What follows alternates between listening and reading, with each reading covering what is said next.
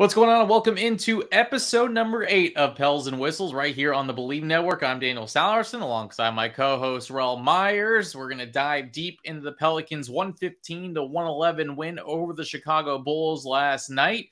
As we're recording this, the City Edition uniforms have dropped on Pelicans.com and on Twitter at PelicansNBA. We'll discuss those. As lots to get to on this Thursday morning. Rel, how are you? Nice win last night for the Pelicans. I'm sure it kind of aged you a little bit as it did me, but nonetheless, a win's a win in the road trip. For sure. It did age me some. You know, they started out sluggish again. And it's like, we're down by 10 in the first quarter early again. Like, how many times are we going to do this? But by the end of the game, we were able to pull it off somehow, And so I'm just happy to get a win. It was a little ugly there at first, and I really would like to give a huge thank you to DeMar DeRozan for turning the ball over in the clutch, because he really saved us. So he's a real one for that. He knew we needed this win more than they did, maybe. I don't know. But we appreciate him in advance anyway. Sometimes it's good to catch some breaks, no matter what the situation is. But I am a little concerned about the slow starts. And I was texting with Jim Eichenhofer last night, and I think we both really couldn't figure out what the heck's going on with starting five. Have you been able to kind of figure out what is it? Just again not playing with each other as much? Is it just I just feel like they're kind of off a little bit. I feel like they just need to show up with a little bit more energy. There's really like a lack of urgency and intensity, and I'm kind of leaning towards maybe we might want to look at shaking up the starting lineup a little bit. And even to say it out loud sounds ridiculous, but I mean, whatever it takes to kind of just get something different going. Like, we have to get going early in these games. We don't want to keep fighting from behind. So I think maybe shaking it up. Who would you take out? I would take out Herb and put Trey Murphy in the starting lineup. And it's shooting purposes? For shooting purposes. Yeah, I need for Trey to get some space and get his shots off. But I also think there shouldn't ever be a time where Trey's on the court and Zion's like not. You know what I mean? Like, I just think we need to shake something up. And for me, like, it doesn't matter if it's that specific thing, but we gotta do something. We gotta do something different and get out there and just play hard from the go, because last night in Zion's post-game presser, he said that him and B.I. looked at each other and they're like, let's turn it up a notch. Well, why don't you just turn it up a notch at tip-off? Yeah. Hey, look at each other earlier in the game. Match up and say, let's do this. Why wait? I don't want us to get into that Chris Paul mindset where we're saving everything for the fourth quarter. Let's not do that. Let's just start early. The only concern I have for a starting lineup change like that is I think this team already lacks three-point shooting, or at least from what we've seen.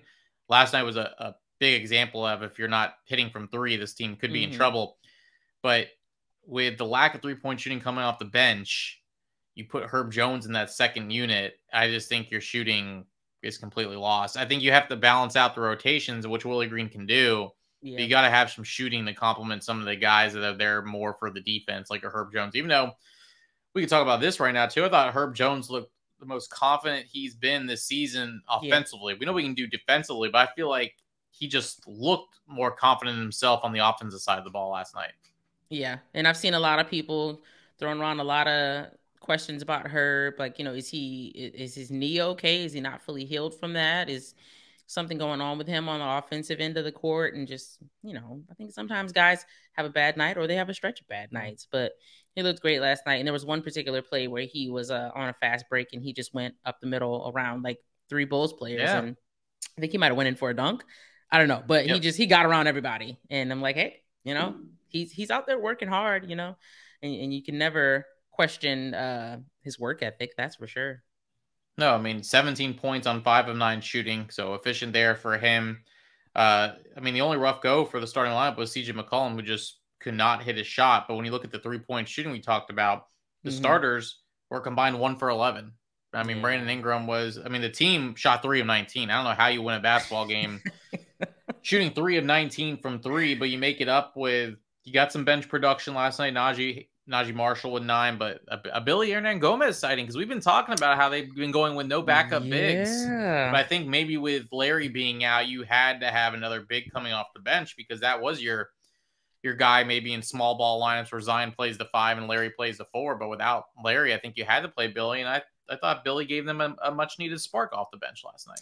Yeah, I think he looked really good in his first stretch of minutes last night. It was good to see him back out there, and I think once we got to the second half, there was a couple of questionable plays, and one in particular where he basically screened his own teammate out of the way, and so he screened Jose out of the way, and as soon as Jose gets back in front of Dragic, he allegedly fouls him. I didn't see the foul, but there's an and one on the play, and it's like, dude, like we can't have that happen. You got to be in the right spot. But it was good to see him out there again. And for Jose, I think for a second there, it looked like it was going to be the Alvarado game. In his first stretch of minutes, he looked really, really good, and he made a couple baskets. And me and my friends looking at each other like, "Hey, this might be something tonight for him." So I think he still was playing in pretty limited minutes last night, and I would have liked to see him get a few more, but. A win's a win. Somehow we pulled that off. And even at halftime, we're looking at each other like, I don't know how the score is what it is, but I'll take it. Yeah, I think you did all this too with Zion only taking 2 shots in the first half. To me, I don't see how that happens. You have to get Zion more involved in the offense in order to get this team going. And again, I don't know if it's just a chemistry thing or because to me, I don't see Willie Green going, all right, we're not getting Zion the ball. It could have been also, I mean, they're going to double him a lot. I mean, they're doubling, tripling Zion and making you work to get him the ball. And I think maybe that was just one of the things last night where they did everything they can and go, all right, if we're going to trap Zion, then this team, other people have to step up. And when they weren't stepping up early, that's where the Bulls had their success because Zion wasn't getting his shots and no one else was knocking down shots. So there was no pressure on the Bulls to change their game plan up until someone else started hitting some buckets. Yeah. I think for the game I had JV is kind of like the X factor. I wasn't really sure how that matchup with Vucevic was going to go, but JV had 21 and 13. So that's awesome. In the starting lineup, everyone was in double figures again, except for CJ. He was the only starter that didn't have double figures, and he was the only one with the negative plus minus. What I mean, take that as you will. I think a lot of people think plus minus is kind of bogus, and I don't look at it most times either. But I just thought that was interesting. But I would have really liked to see more Dyson. That's kind of a recurring theme here. More than 0 minutes played. More than 0 minutes played for sure. I mean, DeRozan had 33, Levine had 23. I just felt like with 2 offensive guys like that, we would have been able to put Dyson out there on one of them, but we survived it without him, but just still looking to see maybe tonight, since we're on a back-to-back and our starters played big minutes last night, maybe tonight we'll see what's happening, and hopefully Larry can bounce back soon too, because I think we missed him a little bit last night. Yeah, absolutely. I think what I liked the most about last night is the fact that you got to that slow start. Zion really wasn't in the mix, I would say, in the first half based on how many shots he took. But the fact that I believe he and BI scored 27 of the team's 36 points in the fourth quarter. In the fourth, yeah. I think that is more important than the slow start that the Pelicans had. And I'm not saying they need to climb their way back every game. That's not a recipe for success. But when we talk about clutch situations and getting wins, that's why you have those 2 on the floor together at the same time. That's why you have those 2 in a Pelicans uniforms, because they are guys that can come up huge down the stretch when you need it the most. And you talked about how Zion and BI kind of looked at each other like, all right, let's do this. That's what you need. That's why you have superstars on your team. That's why they are labeled those guys, because they can come up in these situations and knock down shots. I mean, you have those 2 combining for 27 to 36 points. It does make you feel a little better that when you come down to these situations, I know they are struggling in overtime in some of these situations they don't, but I think that was a big step in the right direction last night, knowing that you did get major contributions from your 2 best players in a situation where you were a few minutes away from leaving a road trip 0-3. Yeah, and that would have been not pretty. No, coming home on a back-to-back too, like, I mean, and the Portland Trailblazers are playing pretty well. I mean, you had Josh Hart with a game winner, you had Shaedon Sharpe with a game winner. Lillard's been back and forth as far as being in the lineup. I mean, this is a team that's been, one of those teams everyone thought, okay, this is a rebuilding year for them still. They got Jeremy Grant. in a trade with Detroit. I mean, Portland's going to be a tough task tonight for New Orleans as well.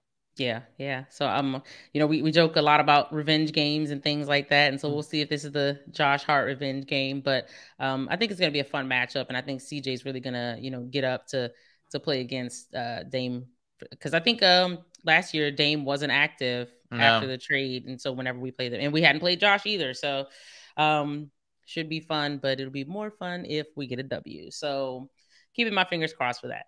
Do you think CJ was just saving all of his energy? He was just like, you know what?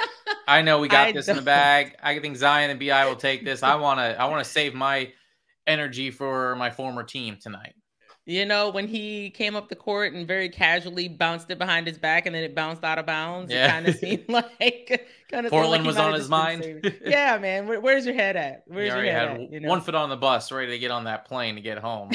I The get it. question was definitely posed to me. I don't think he was really like saving anything for the next No, matchup, yeah, but definitely was joking about that. people brought it up though, and I was like, Yeah. I don't know. But back to that Indiana game. We were getting our spots early on and shots just weren't going in.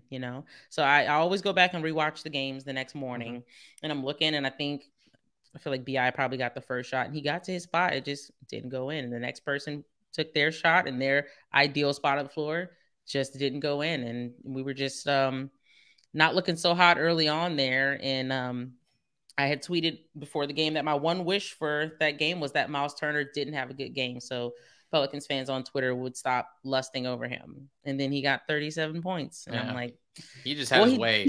He had he his way doesn't that do night. that against anyone else.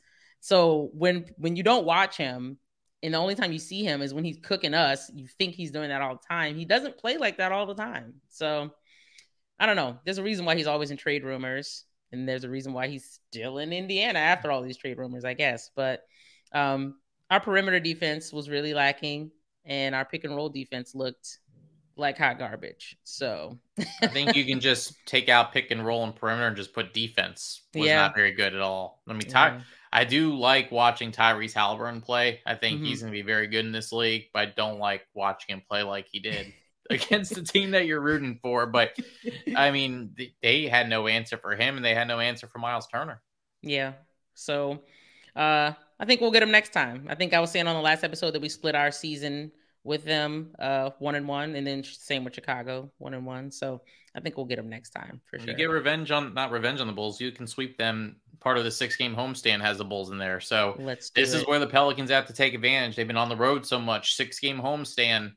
You got to at least have a winning record at home. You got to protect. That was the one thing last year that I think prevented us from even getting higher up and seating wise was just they couldn't take care of home business. They couldn't take care of home court. Mm-hmm. The fact that they were right at 500, I think, or a little bit below or a little bit above, like you got to separate yourself. You got to be pretty much around 500 on the road, and you got to be even better at home. And I feel like that's where the Pelicans can take advantage in the West if you can take care of home court. And so it starts with a 6-game homestand. I mean, you're in your bed for 2 weeks, basically. So I know tonight's going to be a little tough on a back-to-back, obviously coming off a clutch win in Chicago, but luckily not too long of a flight. You get in here, no shoot around this morning and see what you can do. And anything could happen on a back-to-back, but a very important homestand to start. And every game's important, but when you start a 6-game homestand, getting off on the right foot and, goal 4-2. If you go 4-2, you call it a successful homestand, and we'll see how they go. That's exactly what I'm looking for. 4-2. It doesn't matter so much which ones we win to me, except for the Memphis game. We got to take that one. And Memphis has never beat us with Zion and BI. And I would like to see that trend continue. Yeah. So yeah, at least it's 4-2. Tough homestand though. It's a tough homestand. You got Portland tonight, who's 8-3, which it's weird to say that. I mean, the Jazz are now 10-3. Where are we right now in the basketball world? That the Jazz, I was flipping back and forth with Jazz Hawks last night. Lauri Markkanen looks like a completely different person with the Utah Jazz, and he knocked down 6 threes last night. They're 10-3, so at least that loss to them was no joke. They are playing some really good basketball. But Houston, you should take care of. Second game of the road trip or homestand. Grizzlies, which will be a TNT game, division rival. Yes, I think that'll be a really good atmosphere. Another matchup with the Bulls. Mhm. and then Celtics and Warriors. And you know it's not going to be the same Yeah. Warriors as you're getting last week. So No, that's a tough homestand. That's a it really tough is. homestand as far as there's no. I mean, the Rockets one is a must win. Like I hate Mhm. must wins even early on, but when you're trying to if you're trying to label a homestand 4-2, you got to get that one Yeah. because if not, you're asking a lot from the Grizzlies who are 8-4, the Celtics 8-3, and the Warriors are not your normal 4-7 Golden State Warriors. Correct. Correct. So So, speaking of Utah, I noticed on Monday night they took over the number 1 seed. That's when that went down. I think they're a full game ahead of who's in 2, which I think is Phoenix. And Utah's on a 4-game winning streak. mhm. And then the Bucks finally lost their first game on Monday The night Hawks, yeah. to the Trayless Hawks. Trey didn't even play, and Nope. somehow they lost. So, That was but I don't AJ know. Griffin going off for them, the rookie from Duke. He really stepped up. I don't know how deep you want to get into looking around the league right now. Are we in this? Or are we Yeah, we're in dipping our this. We toes? create our own show. We're in this whenever you say it, Israel. You're the boss. So the Lakers are in trouble, man. So last night, I think LeBron tweaked his groin again. They asked how did it compare to the Christmas 2018 groin injury against the Warriors, and he said it's not as bad as that. But just aside from that, they are looking pretty bad. I still don't know how we managed to get up there and lose to them, but um, Does that on the make it topic more of infuriating? I know they're 2-9, which yes, makes it, but does it make it more yes, infuriating that one of those two wins came against the Pelicans? because why would we allow that to happen? That was insane. There's no way they The should have beat basketball us. gods sometimes have a weird way of writing the season. That Yeah, was just yeah. a curveball that they tried to throw in there. I thought it was interesting. I saw something last night where the Lakers have a 4-game homestand, but they play 2, and then they have 4 consecutive days off, and then they play 2 more. Yeah. And I was baffled at how do you get 4 days off in the middle of November in your NBA season? Do you remember I they don't had think I've that seen that. last year when at the end of the year the Pelicans were playing the Lakers and they had I think the Pelicans were playing a back to back or Uh-huh. a game every other day and LeBron was having injury issues, but they had 4 or 5 days to get ready for the Pelicans. Yeah.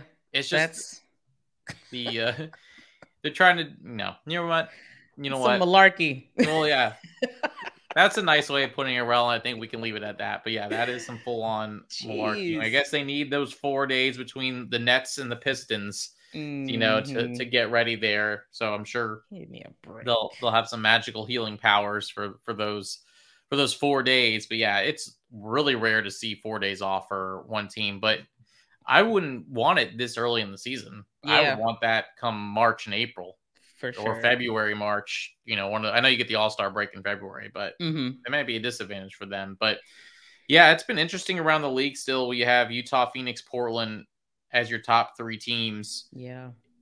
Minnesota, I can't figure out what's going on with them besides D'Angelo Russell for getting to check into the ball game. Oh man. How does What that was that happen? about? And I'm looking like, is the coach even noticing that this is going on? It kind of seemed like he noticed it towards the end of the play.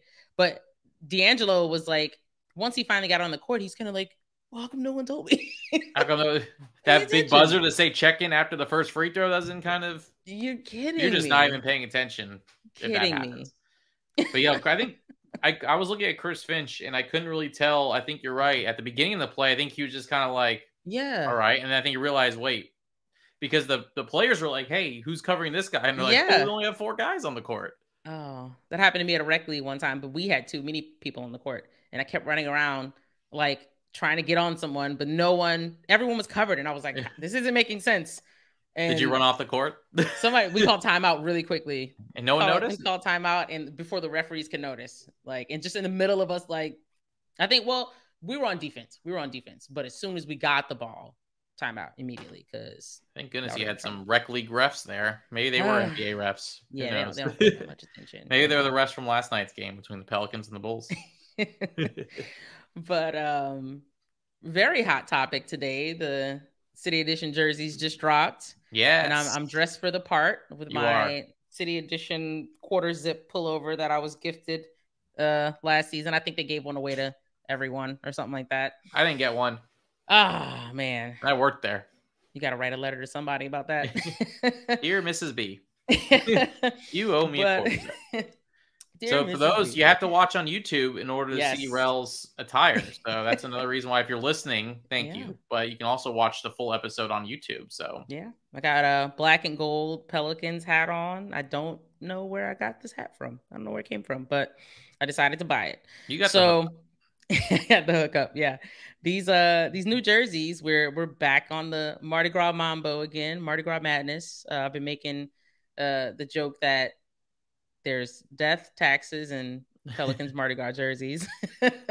But when we originally saw a leak of these jerseys earlier, like during the off season or maybe late last season or something, it looked like they were going to be just like the 2019 City Edition jerseys, but instead of on a white base color, they were on like a navy blue base color. And that didn't make any sense.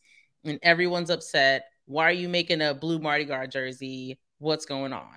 And then maybe yesterday or potentially even the day before, we see these jerseys. We see these shorts that go with the jerseys, and the shorts are purple. And we're like, wait a minute. This changes things, you know? And so Nike put up a little graphic yesterday saying the jerseys, there's several City Edition jerseys dropping today. And there was like a little sliver of the Pelicans jersey on there. And it's like, yeah, the jersey's actually purple. And that one thing changed everything. Now, I'm still not a fan overall of having yet another Mardi Gras jersey. I feel like we get it every year, even though the previous 2 years we didn't have a Mardi Gras jersey, and I will give them that. But this jersey essentially kind of ended up being a copy and paste of something we already had before more than once. But I will say changing it to making it a purple jersey made so much more sense. No, it's not the same color purple as what's in the stripes, but it doesn't matter. You gotta make the design pop, whatever. So overall. So are you okay with it? Are you okay with it? Overall, I'm for a Mardi Gras jersey. I'm okay with it. But next year, it can't happen. next year, Rel needs to be in the room making these decisions. From what, mumblings I've heard, next year is going to be awesome. And that's all I got. It's been very tight-lipped. Wow. I appreciate I don't know, they got some NDAs or something, but. Rel Wojnarowski hinting at next year going to be some awesome jerseys. That's all I've heard, from multiple sources. Multiple sources. Yeah, next year you'll really like it. Quote. Yeah, I don't know. But look at you working your sources. I'm just waiting for you to be on your phone this entire time now. Every time you're on the show taping with me, you're just going to be on your phone finding sources for anything, whether it's new concession stands, new options for season ticket holders. Like this is why we have you here, Rel. We need you to break the news. Jams and Woj. I just need you to channel one of them and make it happen. So next year's gonna be awesome. Breaking news. That's what I've heard, but I've heard nothing about colors, any other designs, nothing. So it's under lock and key. So it'll be a long, long, long wait till when we finally start maybe getting some leaks or something. Get on the phones. But yeah, for getting yet another Mardi Gras jersey, I think that last minute switch up where we find out that it's purple instead of navy blue. I've been calling it navy purple. We found out that it was navy purple. It's like, all right, that's a nice touch. That'll look good. And I think it's one of those things where it might not look good on a mannequin, but when you see it out there under the bright lights on the players, it'll look really good. Well, you saw the picture that Pelicans tweeted at Pelicans NBA with the starters in the purple. I like it. I do like the jerseys. I like the purple. I think it's clean. And again, I think at some point every team probably can be a little more creative sometimes with some of these things. I know some get a little too cute. Mm-hmm. And you're like, what the heck are these? And then some teams that like the Utah Jazz has just said, let's put the big word Utah on the front and put some glow in the dark yellow on there and call it a day. Because I was watching some of that last night of the Hawks. I'm like, what is this? No Someone clue. asked me, it was like, "Oh, is that the Hawks jerseys?" I'm like, "No, those are the Jazz jerseys." Yeah. I was like, that big Utah in highlighter yellow. I was like, "That's Utah." I don't know why they're Yeah. like that, but some genius came up with them. So props to him for Yeah. whatever he was doing. But I do like him. I do think it's a good step as far Mhm. as if you're gonna go Mardi Gras, you gotta go purple. I don't know if you can go back to those days for when they had the green on the back. Ooh, yeah, maybe not. Maybe not the green. We might have to leave that in the past, but Come on, I I think you should divvy up each color on the jersey. You can have some that's gold, I'll make take it. it. Yeah, I'll take a gold. Yeah, I'll take that. But I think it's really another thing that's really important to keep in mind though. Um, they're designing these jerseys a year and a half, 2 years in Yeah. advance, which when you look at it that way, it's like, oh, okay, that makes sense. But then you're like, well, wait, if they've been designing this since 2 years ago, that means they were legit about to give us like well, I mean, I guess that doesn't make sense. I was gonna say it sounds like they were gonna give us back to back Mardi Gras jerseys, which has been done, but no, they had been working on it for a while, I guess. And whatever they got coming out next year, they've been working on for a while. And so I guess we'll just have to wait and see. But I'm glad it's out there now. I'm glad the jerseys are out, and people, for the most part, it sounds like the opinion changed quickly and really swayed the other way to okay, we can get behind these. And so they actually just put out another tweet saying that the merch is in the store and they've got new Mardi Gras beanies and they've got the shorts, a couple different socks. In the hoodie. The hoodie I don't typically care for, but you guys will just have to go look on the Pelicans Twitter or look on the website to see that. But Go to the team store. You got 6 games. yeah. This throw this homestand while you're there. Go out and get some merch. I don't know if I'll be able to use my merch credit on any of this stuff. Maybe when we're done recording, maybe I'll just go to the store. Maybe I'll go to the store as soon as we hang up. Yeah, maybe you can wait till I get there in a couple weeks potentially, and then you We'll can just buy go me some together. merch with your hookup. I don't know if I have a hookup anymore. It's just my season ticket holder merch credit. I need to be able to get some sort of like employee discount with the merch credit. That's the type of hookup I need in my life. That's it right You're there. asking for a lot here, Yeah. Rel. If I'm gonna be Woj, that's what I need. Well, you gotta work something out. That's where your source is like, look, I'll put this out for y'all, but I need something in return. I need to model off these new things, but if they don't have it ready yet, who knows? Right. But Rel's on the case. Anything jersey related, merch related, Rel Investigating. Wojnarowski is on it, and she'll be happy to break some new. You got to start a tweet by breaking, and once you do that, I know you're there. Yeah. When you start breaking, or they have the little siren emoji up Uh-huh. there. There's Or if we have an emergency pod because you broke some news. I launched the Pelicans app, and it looks like there's a uniform video unveil. There's behind the scenes photos, but I don't know if the video itself. Oh, Trombone Shorty's in the video. All right, so we Nice. definitely got to check that out. We got to watch that. At Pelicans NBA on the app, pelicans.com. The reason I was pulling up the app was to get a quick look at the schedule. I think now we all like to break down the schedule in 10-game stretches. How do you think this coming 10-game stretch, and we can count last night, but how do you think this 10-game stretch is going to look compared to the last or the first 10 games? Do you think the Pelicans are going to really figure some stuff out in these next 9 games? So you're off to a good start. You're 1-0 for your next 10. You went 5-5 in your first 10. So if you look at the schedule, we already went through the first 6 games of it, or the next 6-game homestand. After that, you'll conclude with Spurs on the road, Grizzlies on the road, and then back home for Thunder and Raptors to end the month of November. Yeah, and that'll end 10 games. So I think the goal, and again, I've done this for years where I've gone through the schedule and break down win, loss, and what I've learned is that I'm completely wrong and it's the worst idea to do, but we're going to do it anyways. Or at least get an idea. Look, if you're wanting to see progression, then you got to look at it as you go 6-4, you're in a good spot. Yeah. That way you're getting your 2 games over.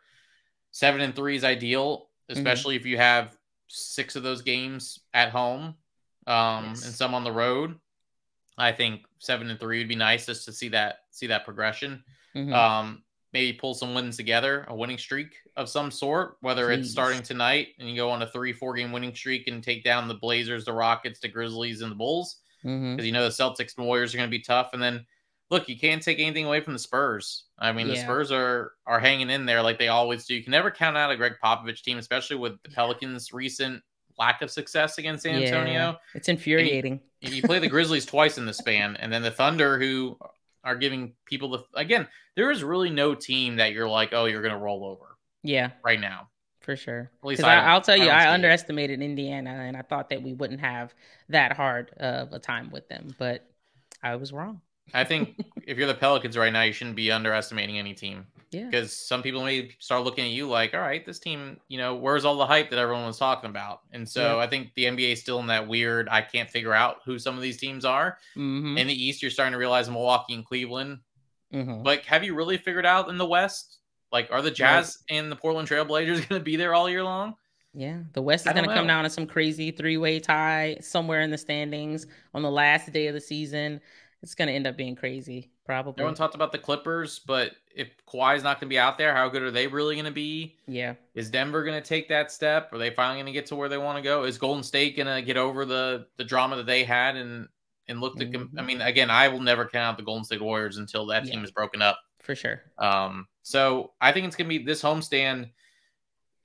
That's being Captain Obvious here, as LeBron called out a reporter yesterday for being Captain Obvious when they said the Lakers are struggling. He's like, really? Mm-hmm. Thank you, Captain Obvious. So I'm going to be Captain Obvious here and say this 6-game homestand is extremely important. You got to secure a winning homestand. You got to protect home court. But Mm-hmm. yeah, these next 10 games, you're already 1-0 to start. 6-4, 7-3. Show some progress. I really just want to see some progress in the starting five, like the Yeah, consistency from those starting five.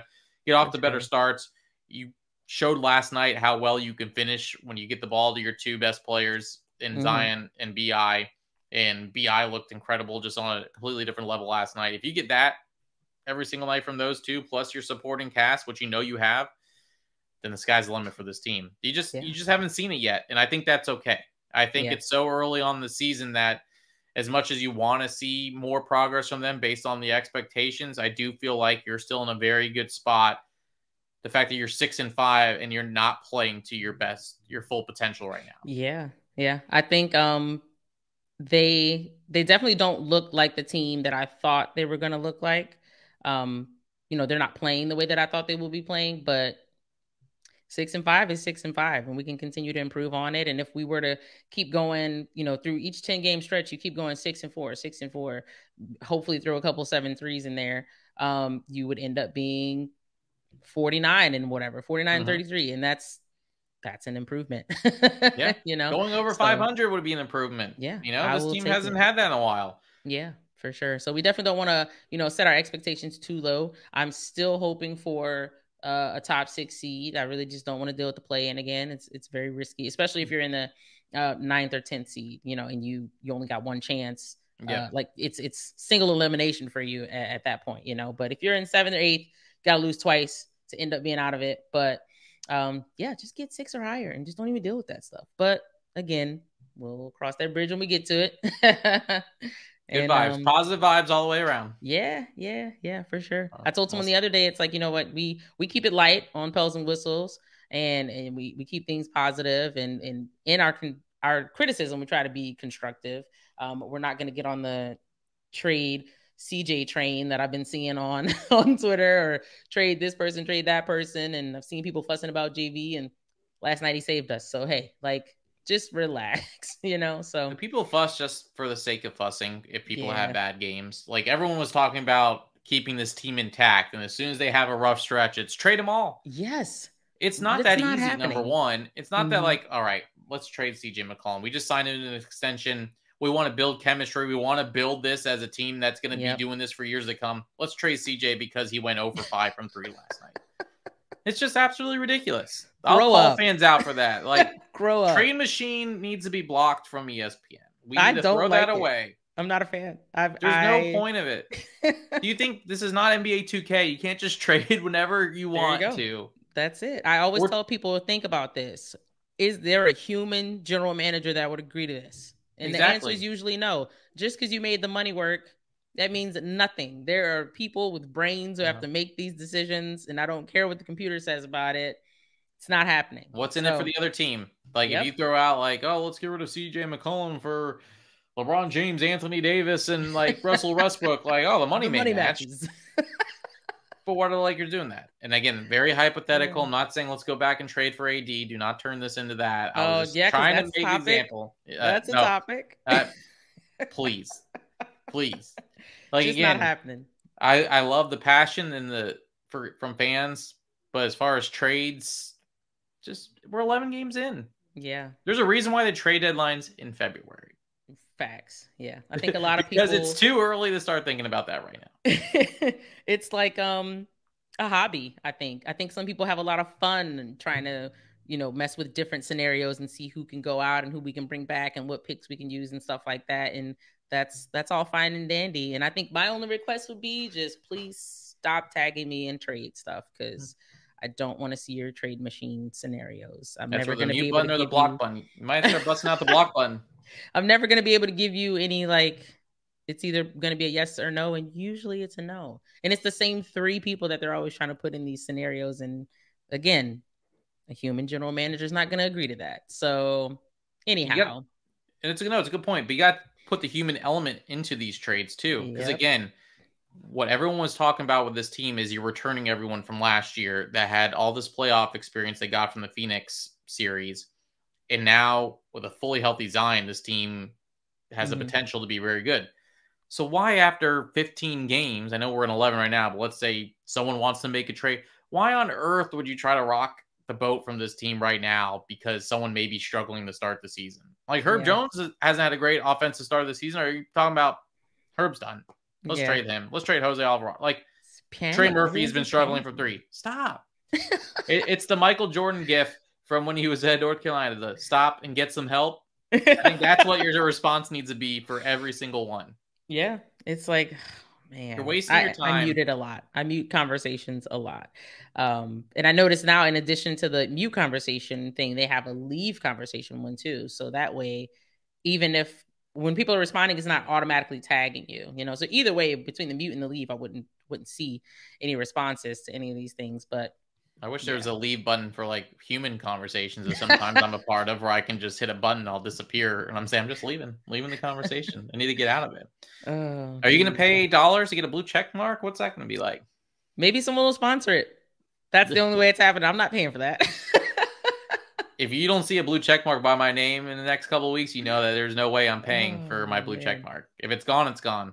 And I'm kind of confused about that because they are putting an official stamp on people's profiles to go along with their blue check mark for and then they took it away. Already had it. And then they took it away. I don't know what's going on, and so it's like you can go on people's profile and you can click on the blue check mark and it'll say this account is verified because they're a notable account in news or entertainment, etc. Or this account is verified because they pay for a Twitter Blue subscription. So it's been very funny the first 24 hours or so of having that, but no, I don't. I want to edit tweets, but I don't want to pay for that feature, so I'll just have to delete. People are paying for the blue check mark and then trying to break news, and it's completely false because they got that blue check mark. So now you have more people trying to identify and feel like what's real or fake. But if they come to me and say, "Hey, it's time for you to give up your check mark. If you're not paying," I'll be like, "Bye bye." It's have some big Daniel Salerson accounts running around. I don't care. It's a combat spam and scams, but you're just creating more because now someone's got a fake LeBron profile and said that he's requesting a trade, and I've seen some crazy stuff already. Again, if for NBA fans, if it doesn't come from Woj or Shams or Rel Myers, it's fake. I just have to see through the window that there's a man in my backyard. So I think we should wrap this up. Oh, all right. He's supposed to be here. I just didn't know what time he was coming, so it's all right. On that note, we'll let Rel get to the stranger in her backyard. And thanks for listening. Pels and Whistles episode number 8. We'll be back soon for another episode. Pelicans start the homestand tonight at 7 o'clock Central against the Portland Trailblazers, one of 6 at home, and hopefully the Pelicans can get off to the right start. Thanks for listening. Again, subscribe, like, tell your friends, tell everyone, go on YouTube, and enjoy it. And until next time, for Rel, I'm Daniel Salerson. Thanks for listening to Pels and Whistles right here on the Believe Network.